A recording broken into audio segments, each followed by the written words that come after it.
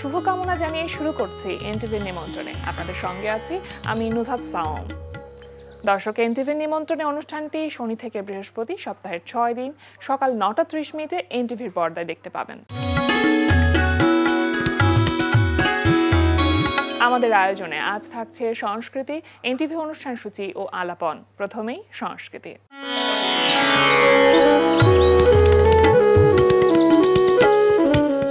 ধানমন্ডি শিল্পাঙ্গন গ্যালারিতে অনুষ্ঠিত হচ্ছে প্রকৌশলী এম মাকসুদ বিপ্লব ও চিত্রশিল্পী আল আখির সরকারের যৌথ শিল্পকর্ম প্রদর্শনী মেট্রোপলিটন বিউটি ইন কেওয়াজ। প্রদর্শনী চলবে 9 সেপ্টেম্বর পর্যন্ত। ঢাকা বিশ্ববিদ্যালয় চারুকলা অনুষদের জয়নুল গ্যালারিতে অনুষ্ঠিত হচ্ছে পঞ্চমের শিল্পীদের অংশগ্রহণে দলীয় চিত্রকলা প্রদর্শনী বলা না বলার গল্প 6। চিত্রকলা প্রদর্শনী চলবে 4 সেপ্টেম্বর পর্যন্ত। আলোকচিত্রী নাসির আলী মামুনের তোলা শিল্পী এস এম সুলতানের ছবি নিয়ে ধানমন্ডির বেঙ্গল শিল্পালয়ে অনুষ্ঠিত হচ্ছে আলোকচিত্র প্রদর্শনী শতবর্ষে সুলতান। প্রতিদিন বিকেল 4টা থেকে রাত 8টা এই সময়ের প্রদর্শনী চলবে 27 সেপ্টেম্বর পর্যন্ত। এবার এনটিভি অনুষ্ঠান সূচি। এবার জানিয়ে দিচ্ছি এনটিভির আজ রাতের বিশেষ বিশেষ অনুষ্ঠানগুলির সময়সূচি। সন্ধ্যা 6:15 থাকছে সমসাময়িক বিষয় নিয়ে অনুষ্ঠান সংলাপ প্রতিদিন।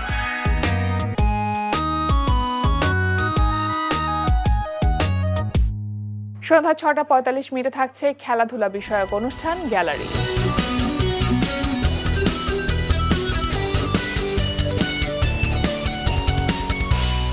রাত 8:20 থাকছে রান্না বিষয়ক অনুষ্ঠান ফুড ক্যারাভান। রাত 9:30 থাকছে মুসাফির রনির পরিচালনায় ধারাবাহিক নাটক জোনাকির আলো। ভাইয়া রাশেদ কি হয়েছে? রাশেদ আর নেই ভাইয়া। কি? রাশেদ নেই মানে? আসলে কি জানো ভাবি, ভালোবাসাটা না অপরাধের কিছু না। দেখো না, ছেলেটাকে আমরা সবাই কি সুন্দর মেনে নিলাম, অথচ ও এখানে আসার আগেই চলে গেল।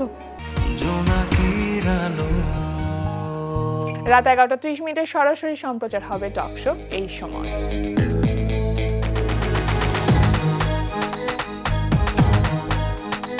এই ছিল এনটিভির আজ রাতের বিশেষ বিশেষ অনুষ্ঠানগুলির সময়সূচি। এবার আলাপন।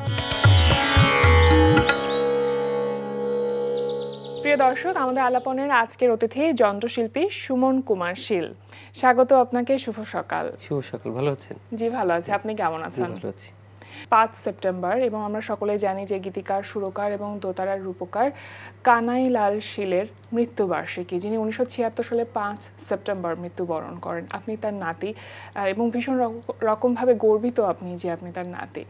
এই যে দোতারার যে রূপকার তিনি ছিলেন, দোতারার পরবর্তীতে গিয়ে আধুনিকায়ন হয়েছে, একজন নাতি হিসেবে আপনি তো কাছ থেকে তাকে দেখেননি কখনো, সেই সৌভাগ্যটুকু হয়নি। নিশ্চয় তার সম্পর্কে অনেক কিছু জেনেছেন পরবর্তীতে। তো কেমন লাগে যখন নিজেকে আপনি এরকম একজন মানুষের নাতি হিসেবে পরিচয় দেন? এটা আসলে অসম্ভব ভালো লাগার একটা জায়গা, যখন কোথাও বলে যে কানাই শীলের নাতি। তো এটা অ্যাচিভমেন্ট করতে, আমি নাতি হইলে তো হবে না, এই অ্যাচিভমেন্টটা করতে আমার অনেক সময় লেগে গেছে। ধরে রাখার বিষয় আছে।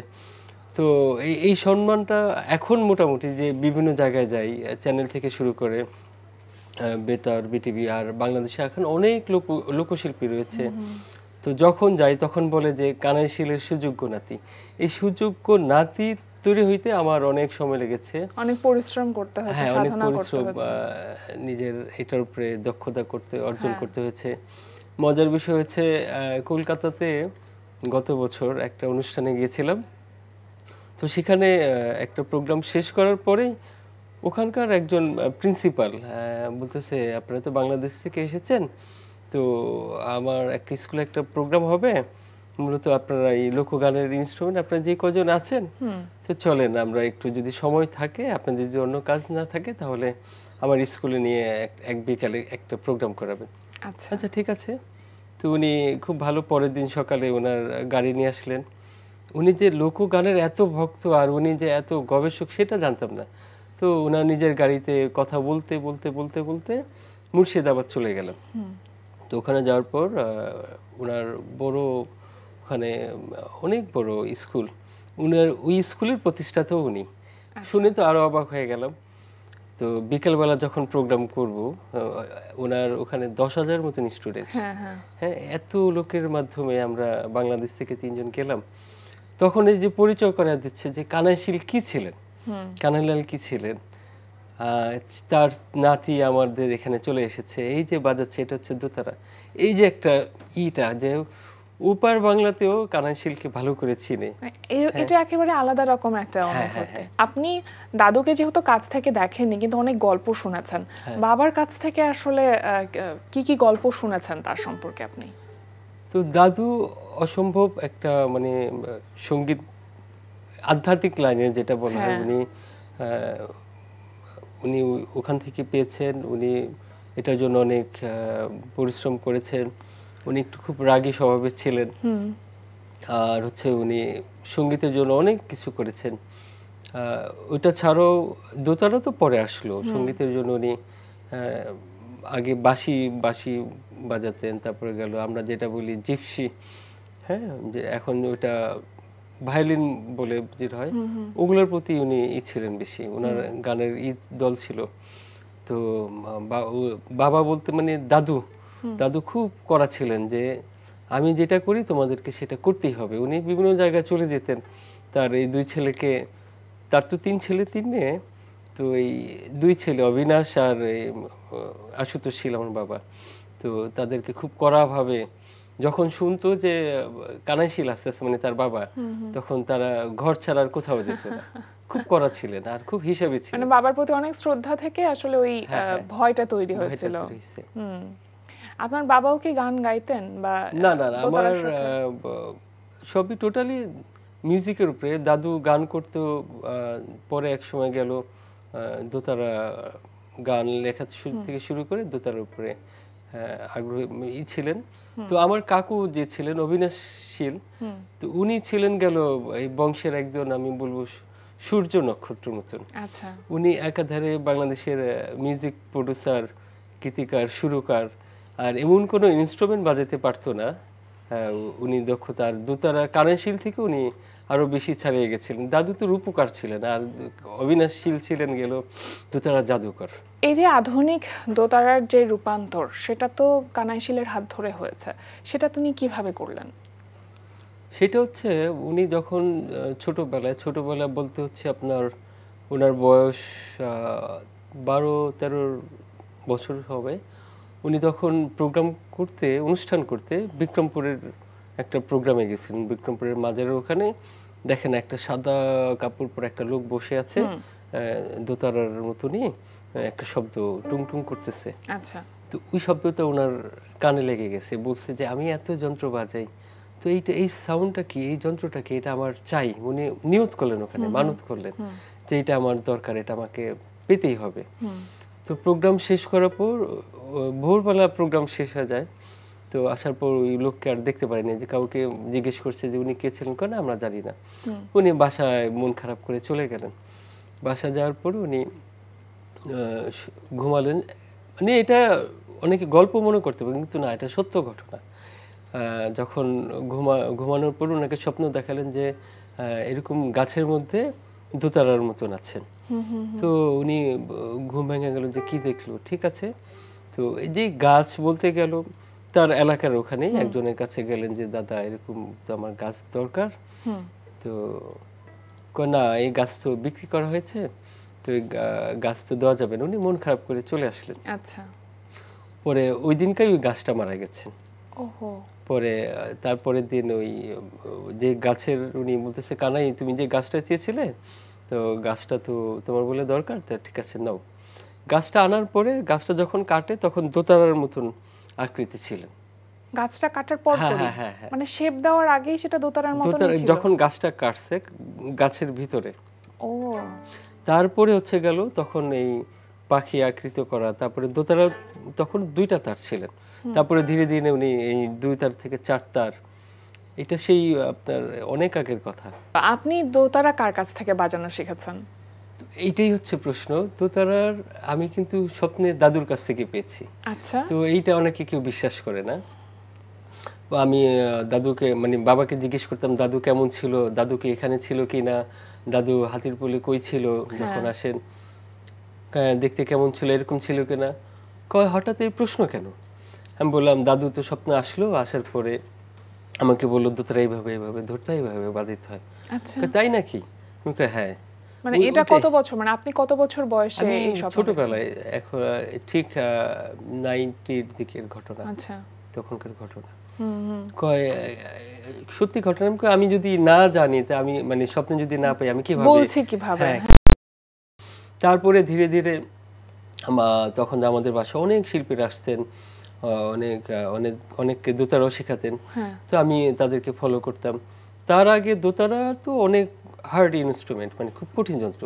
তার আগে সঙ্গীতের দিকে কিভাবে আসলাম? সঙ্গীত তো একদিনে হয়নি। তো বাবারা বিভিন্ন জায়গায় বিভিন্ন শিল্পীর প্রোগ্রামে যেত, আমি যেতাম, গিয়ে বসে থাকতাম, দেখতাম। তো বাংলাদেশের এখনো যারা লিজেন্ড আছে তাদের অনেকেই বাবা কাকা গান শিখিয়েছেন, তাদের সাপোর্টিং দোতারা ছিলেন। আমি গিয়ে বসে বসে দেখতাম। পরে এক সময় আমাকে আগে তবলার তালিম নিতে হলো। রামপুরাতে মুনি উস্তাদ নামে একজন তবলাবাদক ছিলেন। আচ্ছা। তো ওখানে প্রায় তবলার উপরে তালিম নিলাম।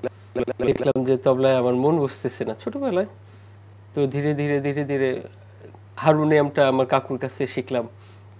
তো দোতারা ধরার সাহসও পাইতাম না। হ্যাঁ, তো এরকম করতে করতে হারমোনিয়াম শিখলাম কাকুর কাছ থেকে, দোতারা এই তবলা শিখলাম। তারপরে হচ্ছে গেল একদিন বাবা বলতেছে যে এটা 95-এর ঘটনা দিকে, তো একটা প্রোগ্রাম আছে আমার সাথে যেতে হবে। কোথায়? সুগন্ধা কমিউনিটি সেন্টার, হাফিজুর রহমানের একটা অনুষ্ঠান আছে। আচ্ছা। ওখানে মন্দিরা বাজাতে হবে, ওখানে রবীন্দ্র নজরুল সব গান হবে। আমি তো বলি আমি তো এরকম শিখি নাই। না তুমি পারবা, চেষ্টা করলে হয়ে যাবে। এই যে শুরু হলো আস্তে আস্তে।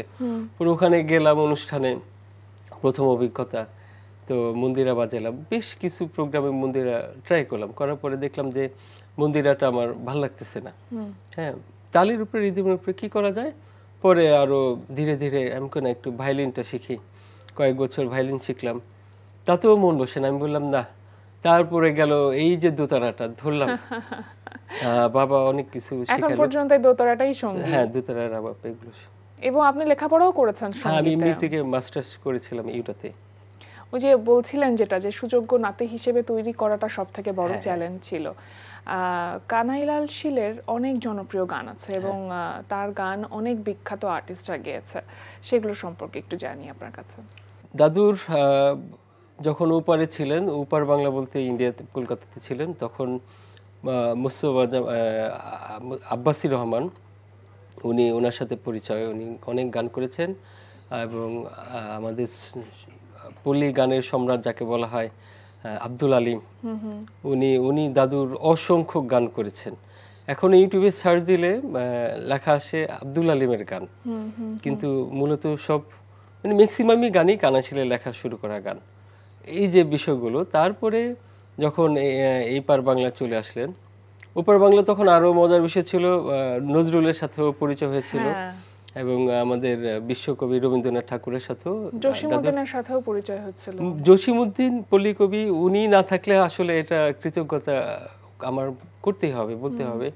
উনি না থাকলে হয়তো এই ইগুলো প্রচারটা হতো না। কানাইশিলের মানে আমার দাদুর বেসটা ছিল হচ্ছে তখন ফরিদপুরের মধ্যে, ফরিদপুরের এই সাইড দিয়ে। যখন পল্লী কবি শুনলো যে আমাদের ফরিদপুরে এরকম বাদক গায়ক আছে, আমি একদিন তাকে দেখতে চাই, আমার ওনার ঘরে একটা আসর হইতো, তখন একদিন বললো যে ছেলেকে নিয়ে আসো।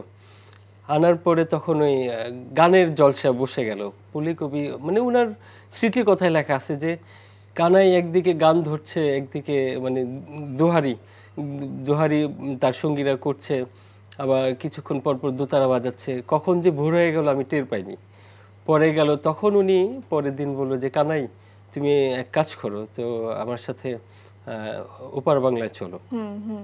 তখন ওপার বাংলাতে গিয়ে উনি অনেক নিজের লেখা গানগুলো গেয়েছেন বিভিন্ন জায়গায়, কিন্তু উনার কণ্ঠ ছিল দরাজ কণ্ঠ, গানগুলো তখন ওই ওপার বাংলায় হয়নি। কিন্তু এই যে দোতারা আব্দুল আলিমকে পেলেন, হ্যাঁ, আব্বাসউদ্দিনকে পেলেন, তারপর এই যে তাদের সাথে যে একটা হলো, সান্নিধ্য লাভ। হ্যাঁ হ্যাঁ সান্নিধ্য, ওইটাই হচ্ছে গেল তখন গান লেখার ক্ষেত্রে আরো সুবিধা হলো। এই যে প্রচারটা, এই প্রচারটা হতে হতে তখন তো বাংলাদেশ তো স্বাধীন হয়নি। হ্যাঁ, ওখান তারপরে থেকে ধীরে ধীরে বাংলাদেশ বেতারেও হ্যাঁ, তিনি হ্যাঁ, গেলেন। হ্যাঁ। বাংলাদেশ বেতারে আসার পরে অনেক শিল্পী, ফেরদৌসী রহমান, নীনা হামিদ, উনার প্রথম ছাত্রী ছিলেন কাননবালা সরকার। কাননবালা সরকার এক সময় গেল পল্লী গানের সম্রাজ্ঞী ছিলেন। তো এই যে ধীরে ধীরে ধীরে পরে উনার গানগুলো অনেক ছবিতেও ব্যবহার করা হয়েছে। এইভাবে আস্তে আস্তে প্রচার হতে শুরু হলো। একটু ছোট্ট প্রশ্ন করতে চাই যে এত জনপ্রিয় গান তিনি লিখে গেছেন এবং সুর করে গেছেন, সেগুলোর কপিরাইট নিয়ে আপনারা কোনো কিছু চিন্তা করেছেন কিনা কখনো? খুব সুন্দর প্রশ্ন করেছেন। কপিরাইট বিষয়টা হচ্ছে কি, আমরা জানি যে কপিরাইট করলে ওই গান অন্য কেউ ব্যবহার করতে পারবে না। আমি অনেক ট্রাই করেছি বলতে অনেক সময় ভাবলাম যে কপিরাইট করার থেকে তার নামে একটা বই বের করা হয়েছিল, আরো বই বের করে উদ্যোগ করতেছি। কপিরাইট বিষয়টা করলে কি হয়, এই যে অন্যান্য শিল্পীরা আর গান গাইতে পারবে না। হ্যাঁ হ্যাঁ, আমি যেমন চ্যানেলে বা বিভিন্ন জায়গায় অনুষ্ঠান করি, ওনার গানগুলো অনেকেই গান করেন, তো কপিরাইট ক্লেম চলে আসে। হ্যাঁ, এই জন্য প্রবলেম হয়। আর আরো বিষয় আছে যেটা দাদুর অনেক গানগুলো কপিরাইট না করলেও ঝামেলা হচ্ছে কি, অনেক বাংলাদেশে এখন অনেক ইউটিউবার হয়ে গেছে, বিভিন্ন জায়গায় হয়েছে, উনার লেখা গানগুলো গান ছেড়ে দিচ্ছে, কে গীতিকার কে সুরকার লিখে দিচ্ছে সংগ্রহ। অনেক সময় আবার অনেকের ভুল নাম দিয়ে দিচ্ছে। যেমন আমার দাদুর আরো গান আছে, আমার গলার হার খুলে নে। আমার ম্যাক্সিমাম দাদুর গান, দাদু তো কৃষ্ণ ভক্ত ছিলেন, উনি যাত্রাপালা বিভিন্ন জায়গায় ছিলেন, তো উনার গানটা কিন্তু ওই আঙ্গিকেরই, কৃষ্ণ রাধাকে নিয়ে। উনার ম্যাক্সিমাম সংরক্ষণ করবার একটা বড় উদ্যোগ নেওয়া উচিত বলে মনে হয়। উনার ম্যাক্সিমাম গানগুলোতে কিন্তু উনার নাম লেখা নাই। যেমন আজকালকার যে শিল্পীগুলো বা যারা ছিলেন, আব্দুল করিম বলেন বা লালন ফকির বলেন, তো তাদের নামের গানের পিছনে কিন্তু নাম দেওয়া আছে, কিন্তু উনার ম্যাক্সিমাম গান, মানে ম্যাক্সিমামই বলতেছি, কোনো নাম দেওয়া নাই। উনি কোনো সময় ভগবানকে খ্যাপা বলেছেন, কোনো সময় অনেক সময় ওই নাম, নিজের নাম বাদ দিয়ে অন্য নাম দিয়েছেন। তো অনেক গান আছে, তো এগুলো যখন বিভিন্ন জায়গায় গান করে দেখা গেল দিয়ে দেয় সুর সংগ্রহ, কথা জসিমউদ্দিন বা কথা কানাইশীল, সুর সংগ্রহ, এরকম মাঝে মধ্যে বিপদে পড়তে হয়। কিছু ভুল বোঝাবুঝি তৈরি হয়ে যায় এবং সেই জায়গাতে আসলে আমাদের অনেক কাজ করবার আছে, সচেতন হবার জায়গা আছে। আসলে তার সম্পর্কে কথা বলতে গেলে অনেক কথা বলবার আছে। নিশ্চয়ই আমরা অন্য কোনো আয়োজনে আরো অনেক বিস্তারিত কথা বলবো। আজকে সময় যেহেতু একেবারেই শেষ, আপনাকে অসংখ্য ধন্যবাদ জানাচ্ছি আজকে আমাদের আমন্ত্রণে এসে সাড়া দেবার জন্য। আপনাকেও ধন্যবাদ। এনটিভির এই আয়োজন যারা ছিলেন, ক্যামেরাতে যারা রয়েছেন, যারা এই কলাকুশলী রয়েছেন, সবাইকে আমি ধন্যবাদ জানাচ্ছি। প্রিয় দর্শক, আমরা চলে এসেছি অনুষ্ঠানের শেষ প্রান্তে। অনুষ্ঠান সম্পর্কে আপনার মতামত জানাতে মেইল করুন ntvnimontrone@ntvbd.com। বিশ্বের যে কোনো প্রান্ত থেকে যে কোনো সময় এনটিভি নিমন্ত্রণে দেখতে ভিজিট করুন আমাদের পূর্ণাঙ্গ ওয়েব পোর্টাল www.ntvbd.com। এছাড়া এনটিভি সব জনপ্রিয় অনুষ্ঠান ও খবরের আপডেট পেতে ভিজিট করুন আমাদের ইউটিউব চ্যানেল ও ভেরিফাইড ফেসবুক পেজে। সবার মঙ্গল কামনায় আজকের মতো এখানেই শেষ করছি। সবাই ভালো থাকুন, সুস্থ থাকুন, সুন্দর হোক আপনার প্রতিটি মুহূর্ত।